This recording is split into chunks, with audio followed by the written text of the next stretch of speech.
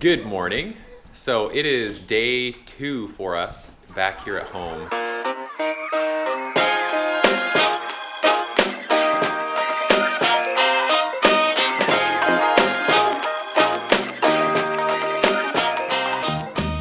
And we are still absolutely loving it. We're kind of trying to have some normal life today. Like, I showered this morning, which is not typical for us in the RV for it to happen every morning. And then I'm gonna go and try to do some work today. And Becca and the kids are kind of gonna continue to clean up the house. They're gonna get some groceries because we literally have zero food in this house. And it's gonna be kind of just continuing to get reacquainted with the house. It's kind of funny because we've so appreciated having all the space that we have in here, and we literally don't even have half the house accessible to us. You know, one of the 3 bedrooms we have is an office, and our whole basement, which is the kids' favorite place to be, it's a big open basement with all their toys and everything, that's all full of stuff. They can't even go down there. But even just with this one living area, they're absolutely loving it. It actually is a really beautiful day today, which we really appreciate. This blue skies, it's sunny, and we are loving it here.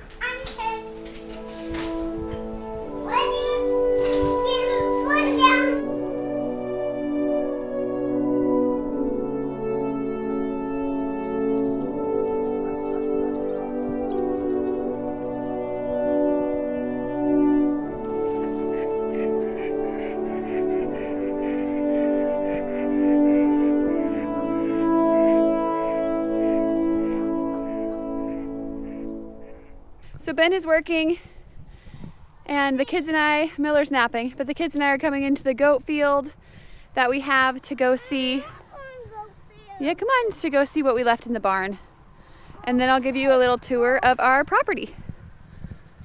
All right, let's go. Come on. Good job. All right, so we found the kids' old bikes, so I'm gonna climb up there and get them.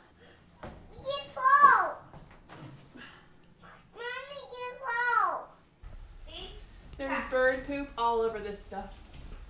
Okay, watch out, guys. Mommy can fall.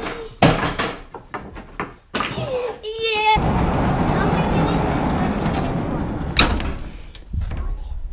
Usually this barn is very clean, but we're storing all of my parents' stuff while they were house hunting. So we're basically their storage unit out here. Usually we just have like one desk or one table and then the goats, but now it's just covered in stuff. It's cold out. Okay, let's get all this stuff out.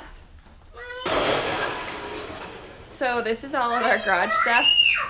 From here over is all of our Christmas decor, not including our 4 Christmas trees. So I gotta go through that for sure. There's just so much stuff. What's wrong, babe?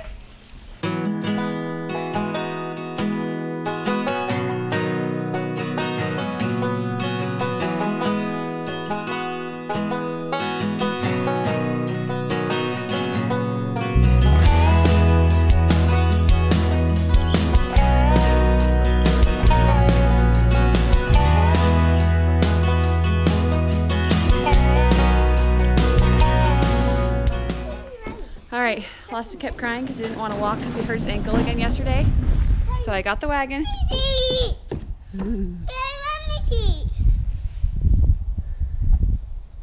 Okay, let's go to the orchard. Uh-oh, uh-oh. Get away. Wesley, come and look at the frog back there. Alright, orchard bound now.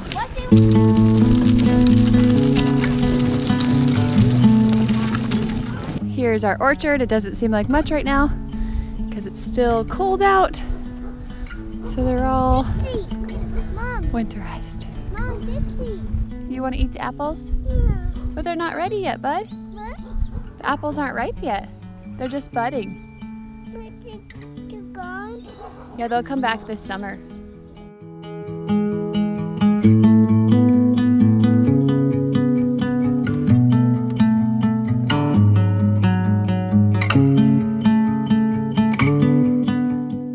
We need to get some work done on the yard. We had a big ice storm this past winter when we were gone. And and like our trees are just obliterated, so it's all over the yard, so we have to go clean that up today. But so the kids and I just went to Costco, and it was interesting because it's the first time I've been to Costco with all 4 kids without Ben in 6 months. So obviously a big adjustment, because for the last 6 months I've been grocery shopping with Ben, or I've been going by myself. So now I'm grocery shopping solo with 4 kids again. No, we're not right now. So the exciting thing is though, here, let me turn the light on.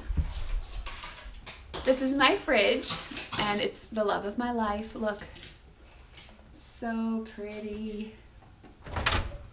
I'm sorry, but our RV fridge does not compete. Look how empty this thing is. Definitely needs to be filled. But we're gonna make some foil dinners tonight because we haven't had a chance to do it since we've been on the road, because wood is so expensive when we've been traveling, and it takes so much wood to burn down. So we actually have a cord of wood here that we buy because we have an inside wood stove. So we're gonna do a fire today and show you how to make some foil dinners. We had a big windstorm about a month ago, so we had a whole bunch of extra debris from branches that fell down. So we're kind of just burning all that up right now.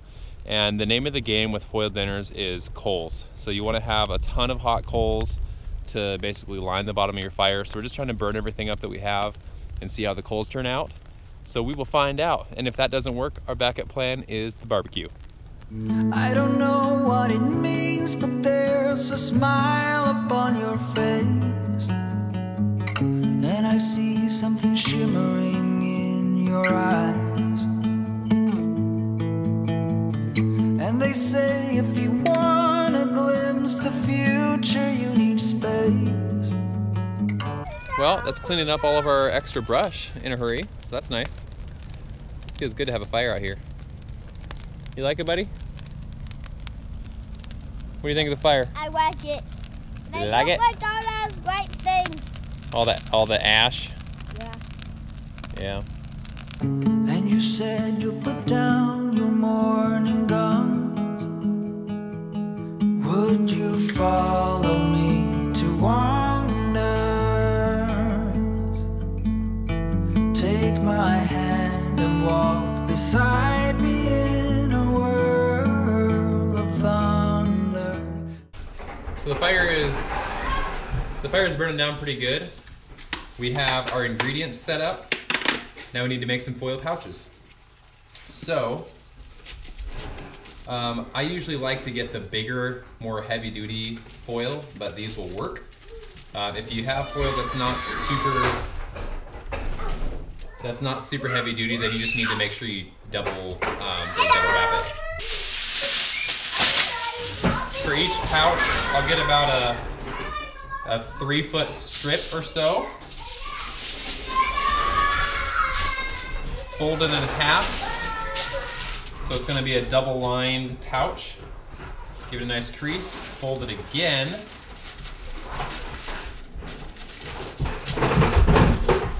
Give it a good crease, but you don't need to make it like super ridiculously rigid. Don't mind the kids; they are going crazy and loving the space that we have, so they're just running around like bonkers. It's fantastic. So whenever I make these pouches, they always leak like crazy, so who knows what he's talking about.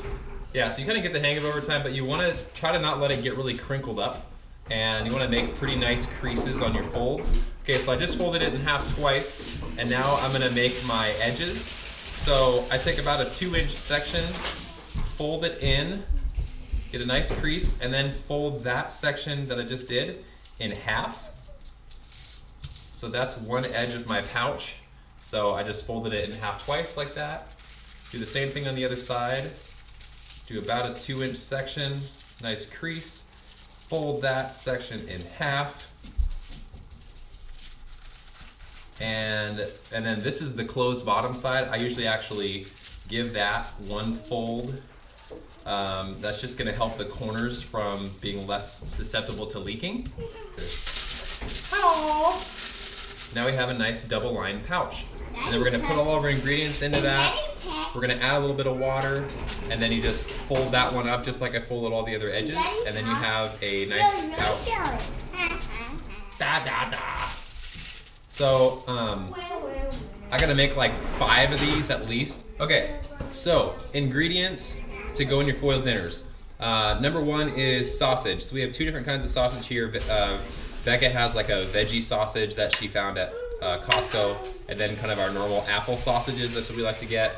We have some chopped up onion, yellow onion. You can use red onion as well. We usually use yellow. Sliced up carrots. We have red potatoes sliced into really nice little thin slices, and then we have some grated cheese, which apparently we don't have a cheese grater, so this is what our cheese looks like. But we're gonna throw the cheese in there. We do a little bit of cheese at first, but not much. We do most of the cheese at the end because it's so hot that it'll all melt. And then we have cubed pineapple. A taste test. It's a good year. I usually like to use like Johnny's seasoning salt or Lowry's. Either one works really well. Becca got Montreal steak seasoning, which I've never tried at a foil dinner, but I'm sure it'll be good. So we're gonna have that as well. All right, so we're gonna load up our first foil.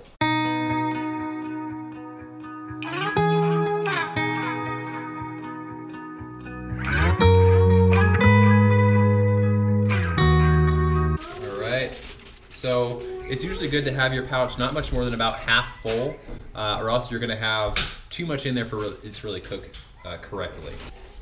I'm gonna put some steak seasoning in there and some barbecue sauce. So I usually add, you know, it kind of depends on how big your foil is, but I'll probably add like a 1/4 cup of water or something like that. And there we have our finished pouch, right? So that is how you prepare them. Sometimes you'll get some water leakage going on out of the corners. Try to fold those in so that you're not getting too much, because if all the water drains out before it cooks, then everything is just gonna burn inside the foil. So we absolutely love foil dinners, and we learned to make these at Campfire, where we started dating at. And they've always had a very special place in our heart. So we make them very often in the summertime. And it's funny because we've been... At home. Yeah. Right? We make them probably once a week at home. We've been camping for the last 6 months, and we literally haven't made any, not once. You have to remember, firewood is so expensive when you're camping. Like if you go and buy it in the bundles, and so many state parks, national parks, don't let you collect firewood, which makes sense. But it's $6 a bundle, and you probably need 2 or 3 bundles just to get a good enough ash base. At least, yeah. So then you're looking at like what, a $24 dinner? Yeah, so now we've got... Can we just stop for a second? Can we just look at this face? They're so good! Look at this face! Also, a little tip that is really good for flavor is if you get a can of pineapples, use the pineapple juice instead of water. That gives a little bit of extra sweetness to it. All right, so I have all the pouches made. Now I need to go inspect the fire and see if it actually has produced decent coals. If it hasn't, then I will flip on the barbecue and we'll get these things cooked. There are varying opinions on how to cook them, and I'll talk to you a little bit more about that when I'm out there, but I usually don't flip them. Some people like to flip them, but usually when you flip them, you have a pretty high chance of breaking one of the bags. You don't want to release the water. Yeah, it's essentially like a little vacuum bag in there, and it kind of puffs up and steams everything. So you don't want to take that chance and burn everything. So, and I usually cook them for roughly, it depends on how hot the coals are, but I'll usually cook them for roughly 20 to 25 minutes or so. If you have thicker chunks of veggies, you know, potatoes and stuff, you want to cook them a little bit longer, maybe like 40 minutes or something like that. Definitely, this is the mistake that I made a lot, is you want to cut your potatoes really thin. Like this even might be a little bit thick. You want to cut them like paper thin. Yeah. A shout. Raw potato. Yeah, why are you eating that? I don't know. Mistake. All right, let's go get them cooked. All right, let's go check on our fire. Yeah. Yeah. Let's go check out our fire. Where are you going? Oh. Why do we have to go down there? Because that's where the fire is. down here. I thought you were having one on the grill. Well, we're gonna check and see if this fire's good enough, because if this one's good enough, then we'll cook everything on this one. It's still burning fire. Yeah. Oh, yeah. I might be able to get some good coals out of that. Looks like we've got some decent coals in there. I might be able to spread out and make this thing happen. All right, so it looks like we've got a pretty nice bed of coals down there. Oh yeah. Why do you have to put the fire on? It can't. How are you gonna cook it? I'm gonna put the stuff right on top of the coals. So yeah, this turned out perfect. We have a really nice bed of coals down here that I just broke up. You want to just kind of make a nice even bed, kind of get the flames away from it if you can. But these are extremely hot coals, so my stuff is going to cook really fast. It'll probably be done in like 15 minutes or so. So let's get them. Let's put another shrimp on the barbie. All right. Get ready. Let's put the mummies on. Let's get the bunny. Oh yeah.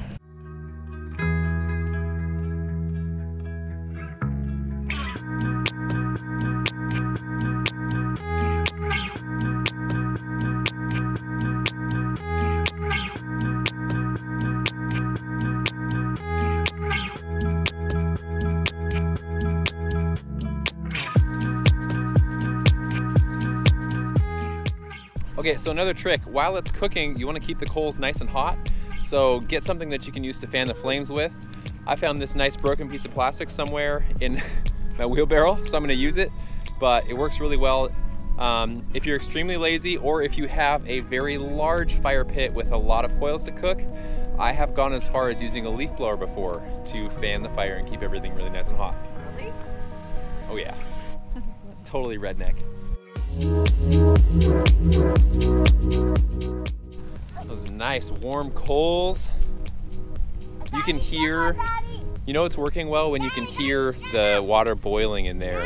You know it's cooking really well. Thanks, bud. Nice job. Get it away from sister's head, please. So, and you see how they're all puffing up. That's a good sign. That means that it's airtight and that everything is boiling really nicely in there and it's not burning. Oh, hi! Daddy, let her inside. You're so big! Hi, you look so healthy. Hi. Oh, I miss you so much. Did you find some? Oh, yeah. You're just pouring it down. Good job, buddy. Good. Yeah, that's nice, huh? Is that nice? We all just ran outside because the neighbor brought Dixie over, who is our dog that the neighbor has been watching while we're gone. We were so excited. Miller's just hanging out in here and he grabbed somebody's milk and just poured it all down his front. Is that good, buddy? Yeah, that's yummy, huh? Is that yummy? Is that yummy? Yeah!